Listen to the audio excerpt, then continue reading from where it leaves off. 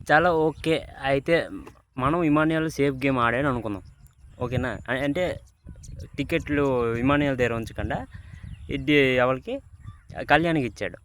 అక్కడ ఇమాన్యుయల్ కొద్దిగా safe game ఆడాడు అనుకుందామండి సేఫ్ గేమ్ ఆడాడు. సరే ఇప్పుడు కళ్యాణ్ ఏంటని తీసుకున్నాడు, నేను తనుజకి నామినేట్ చేస్తానని తీసుకున్నాడు. లాస్ట్‌లో ఏం చేశాడు, సంజనాని నామినేట్ చేశాడు అనమాట.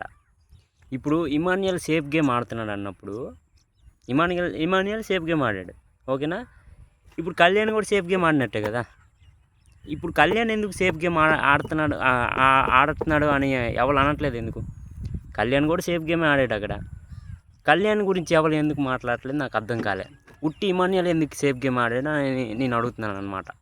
కళ్యాణ్ కూడా అక్కడ సేఫ్ గేమ్ ఆడాడు కదా. తనుజని చేస్తానన్నాడు. తనుజంతో అప్పుడే జరిగిన నామినేషన్లో కొద్దిగా కళ్యాణ్ దగ్గరికి వెళ్ళి భుజం మీద చేయరా ఇక్కడ చేయరా అన్నది. ఇప్పుడు దాని తర్వాత మైండ్ చేంజ్ అయిపోయి కళ్యాణ్ది సంజనాకి వేసాడు అనమాట. అక్కడ కళ్యాణ్ కూడా సేఫ్ గేమ్ ఆడినట్టు కదా. ఇమాన్యుయల్ ఒక్కడే కాదు. అది నేను చెప్పబోయేది.